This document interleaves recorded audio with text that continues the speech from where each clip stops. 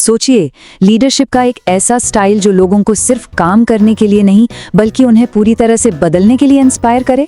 जी हाँ, आज हम बात करने वाले हैं ट्रांसफॉर्मेशनल लीडरशिप की, जो लीडरशिप की सबसे प्रभावशाली थ्योरीज में से एक मानी जाती है। तो चलिए देखते हैं कि आज के इस सफर में हम क्या क्या समझने वाले हैं। हम शुरू करेंगे कि ये है क्या, फिर इसके कोर फैक्टर्स को देखेंगे और हाँ, इसकी ताकत और कमजोरियों पर भी नजर डालेंगे। ठीक है, तो सबसे पहले एकदम बुनियाद से शुरू करते हैं। आखिर ये कॉन्सेप्ट आया कहाँ से है और इसका मतलब क्या है? देखिए, ये कॉन्सेप्ट एकदम नया नहीं है। 1978 में एक पॉलिटिकल सोशियोलॉजिस्ट थे, जेम्स मैकग्रेगर बर्न्स। उन्होंने इसे पॉपुलर किया। उन्होंने समझाया कि ये सिर्फ लीडरशिप नहीं है, बल्कि ये लीडर्स और उनके फॉलोअर्स के बीच एक बहुत ही गहरा, एक इमोशनल कनेक्शन बनाने का तरीका है। बर्न्स ने एक बहुत जरूरी फर्क बताया। उन्होंने इसे ट्रांजैक्शनल लीडरशिप से अलग किया। अब ट्रांजैक्शनल स्टाइल क्या है? वो एक सीधी सादी डील जैसा है, भाई तुम ये काम करो, तुम्हें ये इनाम मिलेगा। लेकिन ट्रांसफॉर्मेशनल लीडरशिप वो लोगों को ग्रो करने पर, उन्हें इंस्पायर करने पर जोर देती है। और हाँ, ये समझना भी जरूरी है कि ये दूसरी थ्योरी से कैसे अलग है। जैसे एक लीडर मेंबर एक्सचेंज या LMX थ्योरी है, जो एक लीडर और उसके हर एक फॉलोअर के इंडिविजुअल रिश्ते पर फोकस करती है। लेकिन ट्रांसफॉर्मेशनल लीडरशिप वो पूरी टीम को एक बड़े ऊंचे मकसद के लिए एक साथ लाने की बात करती है। तो अब आगे बढ़ते हैं और देखते हैं कि कैसे बर्नार्ड एम बास ने इस आइडिया को पकड़ा और इसे एक पूरे वेल स्ट्रक्चर्ड मॉडल में बदल दिया। एक ऐसा मॉडल जो आज भी बहुत ज्यादा इस्तेमाल होता है। बास का मानना था कि इस तरह की लीडरशिप फॉलोअर्स की सोच का दायरा बढ़ा देती है। ये उन्हें अपने पर्सनल इंटरेस्ट से ऊपर उठकर टीम के बारे में सोचने के लिए मोटिवेट करती है। और इसी सोच के आधार पर उन्होंने अपना मशहूर full range of leadership model बनाया। ये मॉडल लीडरशिप को एक कंटिन्यूअम, एक स्पेक्ट्रम पर दिखाता है।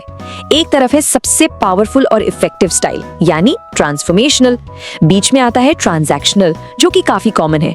और फिर बिल्कुल दूसरे छोर पर है लेज़े फेयर, मतलब एक ऐसी सिचुएशन जहां लीडरशिप है ही नहीं, बिल्कुल पैसिव। तो अब सवाल ये है कि इस सबसे असरदार हिस्से यानी ट्रांसफॉर्मेशनल लीडरशिप के अंदर आखिर है क्या? इसे बेहतर समझने के लिए 4 आईज में बांटा गया है। चलिए इन्हें एक एक करके खोलते हैं। देखिए, करिश्मा या जिसे हम चार्म कहते हैं, वो इस लीडरशिप का एक बहुत ही जरूरी एक इमोशनल कंपोनेंट है। बाला से पहले भी रॉबर्ट हाउस जैसे विचारकों ने ये समझाया था कि लीडरशिप में इमोशनल कनेक्शन कितना ज्यादा मायने रखता है। तो पहला आई है आइडियलाइज्ड इन्फ्लुएंस, जिसे हम करिश्मा भी कहते हैं। ये वो लीडर्स होते हैं जो एक जबरदस्त रोल मॉडल की तरह काम करते हैं। उनके नैतिक स्टैंडर्ड्स बहुत ऊंचे होते हैं और लोग न सिर्फ उनका सम्मान करते हैं बल्कि उनके जैसा बनना भी चाहते हैं। दूसरा आए है इंस्पिरेशनल मोटिवेशन।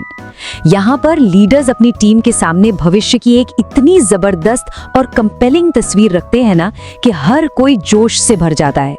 वो एक कॉमन गोल के लिए काम करने को पूरी तरह से इंस्पायर हो जाता है। तीसरा आए है इंटेलेक्चुअल स्टिम्युलेशन।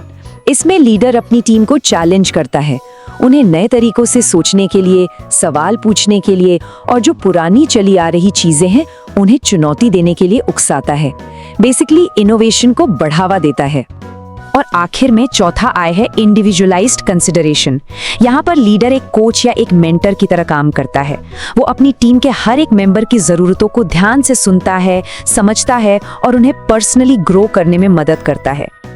अब देखिए, बास का मॉडल तो सबसे ज्यादा फेमस है, लेकिन ऐसा नहीं है कि ये अकेला मॉडल है। कुछ और भी रिसर्चर्स हैं जिन्होंने इस विषय पर काफी रोशनी डाली है, जैसे कि बेनिस और नैनुस का मॉडल। उन्होंने बताया कि महान लीडर्स एक बहुत ही साफ विजन बनाते हैं, अपनी टीम में जबरदस्त भरोसा कायम करते हैं और उनमें आत्मविश्वास जगाते हैं। ये 4 रणनीतियां उन्होंने बताई थी। ठीक इसी तरह कूजेस और पॉजनर का एक मॉडल है जो 5 प्रैक्टिकल आदतों पर जोर देता है। उनका मानना था कि लीडरशिप कोई पैदाइशी गुण नहीं है, मतलब आप इसके साथ पैदा नहीं होते, बल्कि इसे सीखा जा सकता है, इसकी प्रैक्टिस की जा सकती है। तो अब तक हमने ये समझ लिया कि ये थ्योरी क्या है, इसके मॉडल्स क्या हैं, पर अब सवाल ये उठता है कि आखिर ये थ्योरी इतनी पॉपुलर क्यों है? इसकी सबसे बड़ी ताकतें क्या हैं? देखिए, इसकी सबसे बड़ी ताकत तो यही है कि ये बहुत इंट्यूटिव है, मतलब आसानी से समझ में आ जाती है। ये सिर्फ काम पर नहीं, बल्कि फॉलोअर्स की जरूरतों, उनके मूल्यों और नैतिकता पर जोर देती है। और सबसे बड़ी बात, रिसर्च में भी ये साबित हुआ है कि ये लीडरशिप का एक बेहद असरदार तरीका है। लेकिन जैसा कि हम जानते हैं, हर सिक्के के दो पहलू होते हैं, तो इस थियरी की भी कुछ कमजोरियां हैं। एक बैलेंस्ड व्यू रखने के लिए हमें इसकी आलोचनाओं को समझना भी बहुत जरूरी है। अब आलोचक क्या कहते हैं?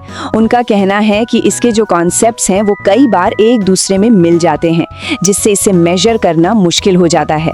और हाँ, एक सबसे बड़ा खतरा ये भी है कि अगर कोई करिश्माई लीडर है लेकिन उसमें नैतिकता की कमी है, तो वो अपनी ताकत का गलत इस्तेमाल भी कर सकता है।